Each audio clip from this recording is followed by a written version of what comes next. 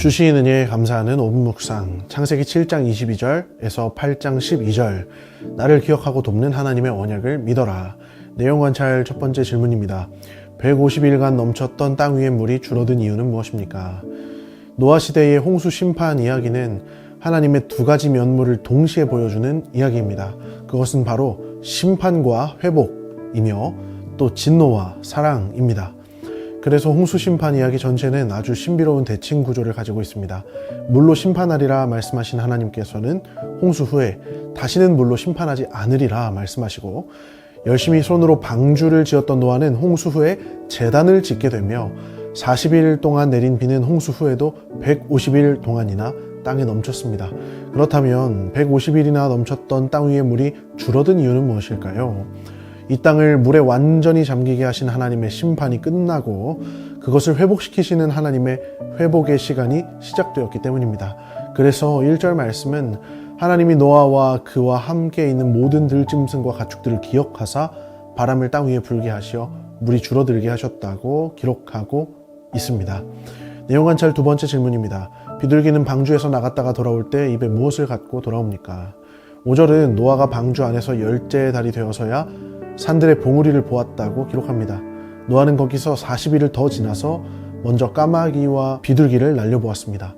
하지만 큰 소득이 없었습니다. 그리고 10절과 11절은 7일을 더 기다린 후에 비둘기를 내놓으니 그때 입에 감람나무 새 잎사귀를 물고 왔다고 기록합니다.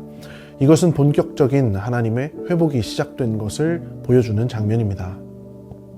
연구와 묵상입니다. 하나님께서 노아와 그의 가족, 모든 생물들을 기억하신 이유는 무엇입니까? 하나님께서 노아와 그의 가족과 모든 생물들을 기억하셨다는 것은 그들과 맺은 언약을 기억하셨다는 뜻입니다.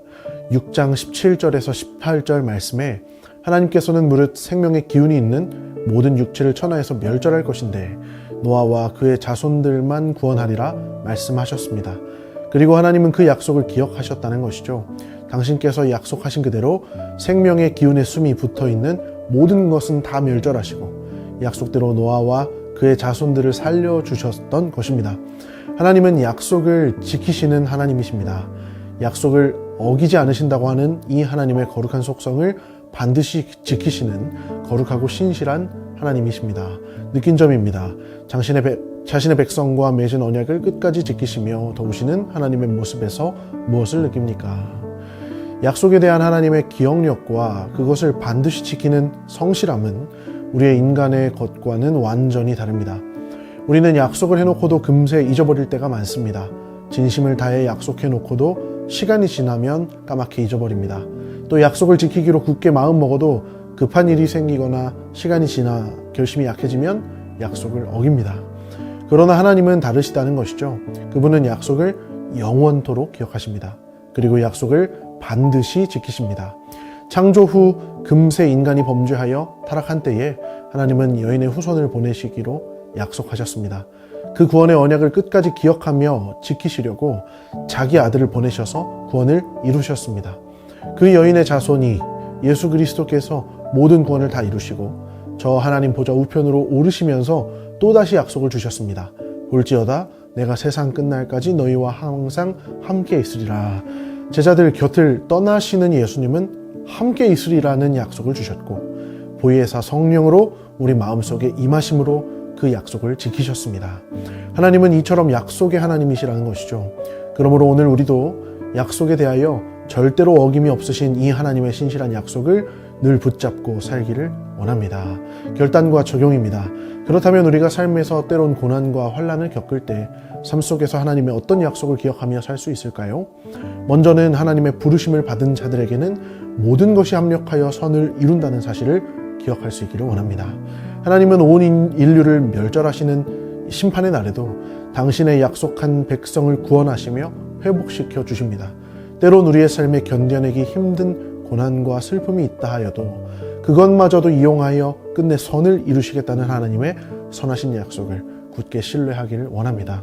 다음으로 내 이름으로 무엇이든지 내게 구하면 내가 행하리라 약속하신 예수님의 약속을 믿고 기도하기를 원합니다. 예수께서는 무엇이든 내 이름으로 구하면 내가 행할 것이라 약속해 주셨습니다. 이 약속을 지키신다면 그것이 성도에게 얼마나 큰 위로가 되겠습니까? 환난과 슬픔이 있을 때 우린 무엇을 해야 할까요? 무엇을 할 수 있을까요? 이 약속의 하나님께 기도할 수 있음을 기억하시기 바랍니다.